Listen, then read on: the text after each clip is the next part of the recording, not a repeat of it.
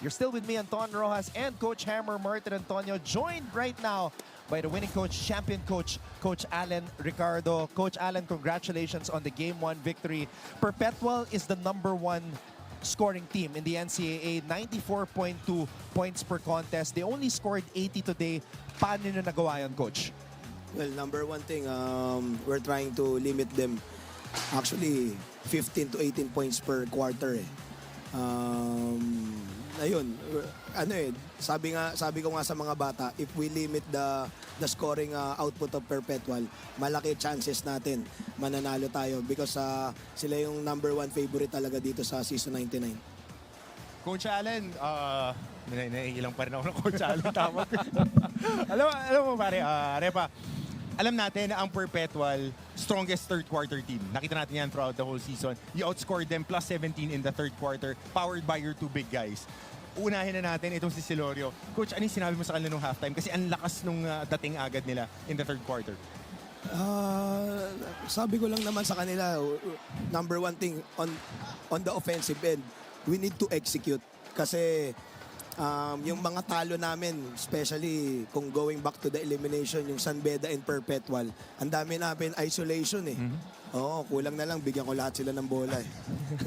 so pinakita ko, pinakita ko sa kanila yun that we have to stay disciplined and composed pagdating dun sa mga dapat natin itakbo kasi well-coached din naman yung Perpetual eh. That's why they are the #1 team. Coach, before we go any further, kasi baka nagtataka, but parang close si Coach Allen at si Coach Hammer Martin Antonio. Could you give us a little bit of a background between the history of the two of you?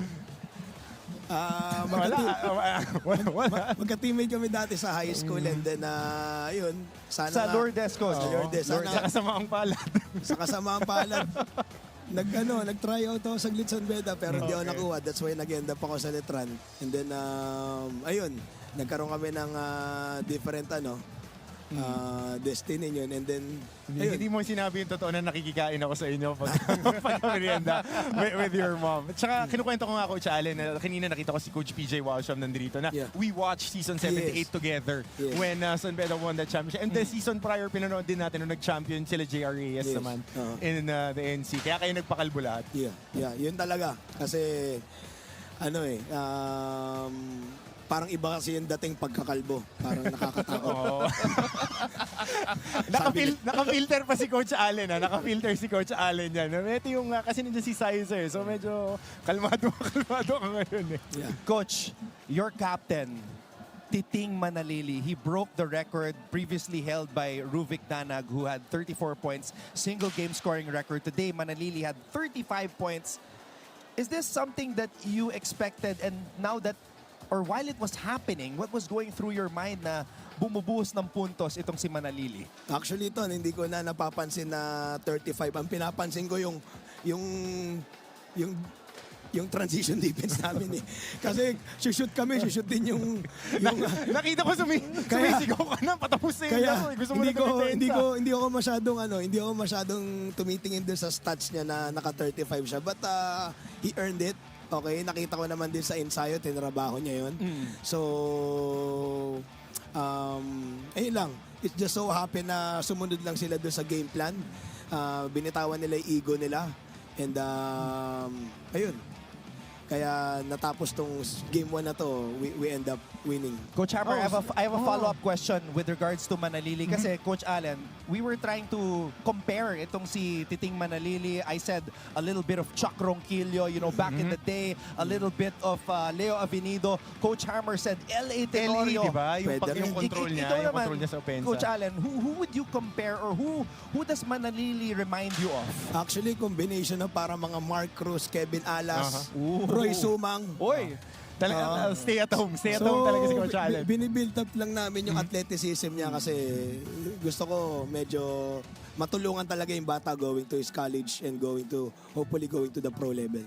Speaking of selflessness, Coach A, kanina 13 times tinakbo niyo yung X-package. Nakakuha kayo ng conversion na 11 out of the 13 times na tinakbo niyo yung X na yun. And a lot of those coming off that big guys. Ina-ensayo nyo ba talaga to na yung fulcrum ng opensa nyo? Kasi ilang beses din throughout the regular season na si Celorio nag-engage ng opensa nyo. And once na a-abort na, gina-jump switch yan, dinadala mo na on that block sa pinch post si Manalili. Yeah, talagang we're trying to execute that matagal na. Actually, yun nandito pa si Andy Gimao. Tinatakbo na namin yung kaso ano lang, depende sa sitwasyon.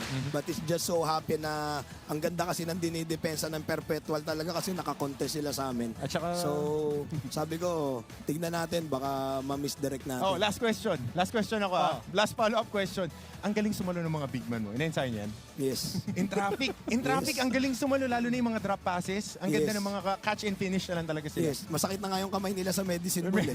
Medicine ball yung Ay, sinabi. ikaw ba pumapasa? Ikaw yung pumapasa? Masakit talaga yung kamay niyan. Kakasalo. Coach, eto, I'm sure a lot of people are wondering, dinaanan na namin ni Coach Hammer to kanina because you have some graduating players here, Manalili, Diamante, Navarro, Baliling, Gazingan, De Leon, and Goles.